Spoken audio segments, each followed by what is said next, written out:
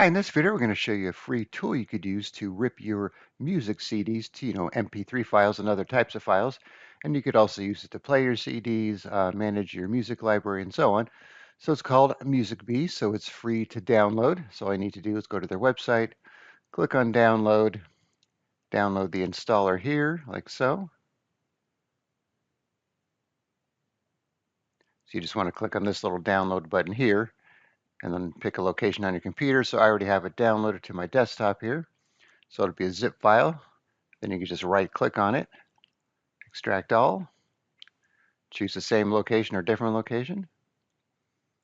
All right, now we have the folder here. So we have our setup file. So we're just going to double click this to install it. Let's go through the wizard here.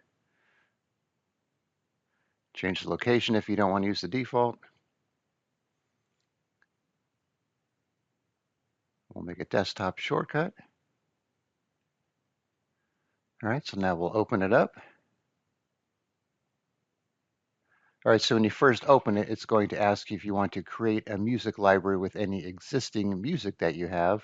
So this is up to you if you want to add it to the library or import music from Windows Media Library or from iTunes. But I'm just going to choose create an empty library because I don't have any music on this test computer here. All right, so now you have this interface here. So the thing about MusicBee is that you can kind of customize it with these tabs up here. As you can see, you could click on Add Tab and pick something like that if you want. And then you have your default tabs here. You're now playing, playlists, Music Explorer, podcasts, and then the new tab that I created here. Then I could right click on and close the tab if I don't want it. All right, so what I like to do is come here to this menu and then show the menu bar here. So I have it up here so I could get to the tools and so on. And then one thing you might come across is that your CD is not listed here on the side, and it's kind of hard to find where it is, even if you go to Now Playing. But you can see here that my CD is showing in File Explorer on my DVD drive there. So what I like to do is go to View, Arrange Panels, and then this left sidebar here, it's hidden by default, set to Hide Auto Open, but I just like to show it. Now if I go to Computer, I could see my drive here. So it's right now it's reading the disk.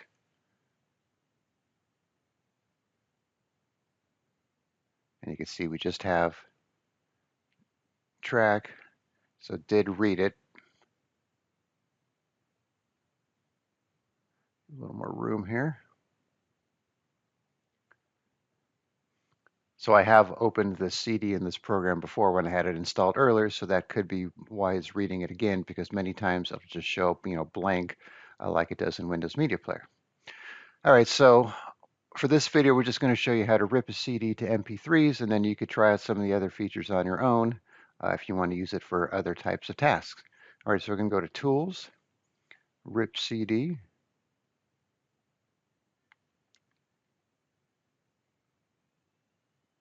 So it's reading the disk again.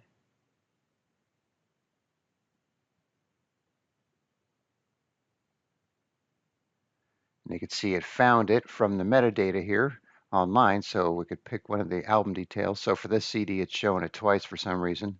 So I'll just double click this one here. So you can see you got the artist and the track title and even the album art. And then you could add some other information if you want here, even found the year. And if we go to settings, we could choose our format here. So you can see we have FLAC, MP3, WMA, AIFF, and WAVE. And profile settings here. Even some encoder settings. If you need to edit any of that, which you may or may not to do. Usually for MP3s, you're using the lame encoder. You could have it add to your library as well under RIP files. Then you have your naming convention here. If you want to edit that, you click on preview, it'll show you how it's going to look. And then if you were to rip the entire disk to a single file, you could change the naming format for that. Then you have the box checked here to automatically retrieve album artwork from the internet. If you have more than one drive, you could pick it from here. And there's even an option for secure rip with error recovery. And we have our speed settings. All right, so I'm kind of off the screen here. So let's see if I could, let's just click on save here, even though I didn't really do anything. All right, but what I want to do first is I want to change the location from this ripped files here.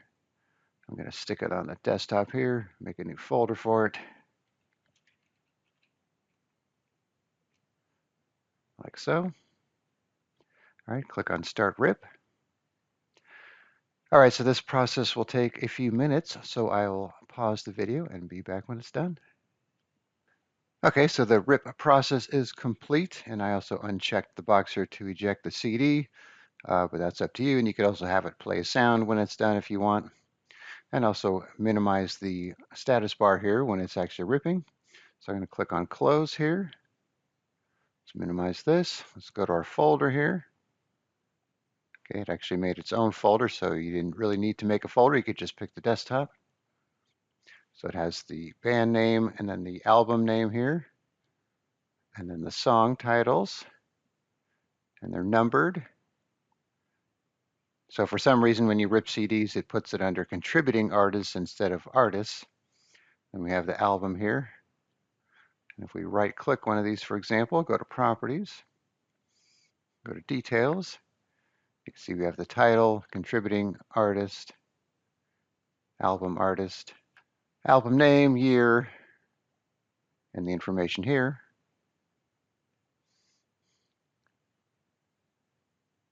And you could also right click on your columns here, go to album artist, and you can see it's there as well. So it's up to you. Of course, you could come here and hide this if you wanted to just have album artists, and then you could drag them around.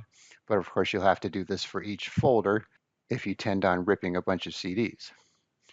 All right, so you can see it's pretty easy to use. You just have to do a couple tweaks there to show the menu bar. There are shortcut keys for ripping if you don't want to have the menu bar. And then again, for the panel, under View, Arrange Panels, and you can see you have all these elements and all these different panels you could add and remove. And let's see what else we have here from the File menu. Add some files to the library, scan folders for files, manage your libraries. Then we have our cut, copy, paste, that type of thing. View options here for the main player, mini player, theater mode, now playing. You could change the skin if you want. Controls. You can even add equalizer and effects. Do some shuffling. Tools here. Download the artwork. Tagging tools. Convert format if you want. And then some help. And if you go to About and you go to check for updates, it'll open their update page. So we're already on 3.7 here. I think we were on 3.69. So there's already an update, even though we just downloaded it today. And Steven is the developer, so that's why it says started by Steven. I don't know if there's any other developers, but I haven't seen any. And if you wanted to update it, you just click on this and go ahead and do an update. All right, so I will put a link in the description where you could download MusicBee, and then you could try ripping CDs for yourself. All right, thanks for watching, and be sure to subscribe.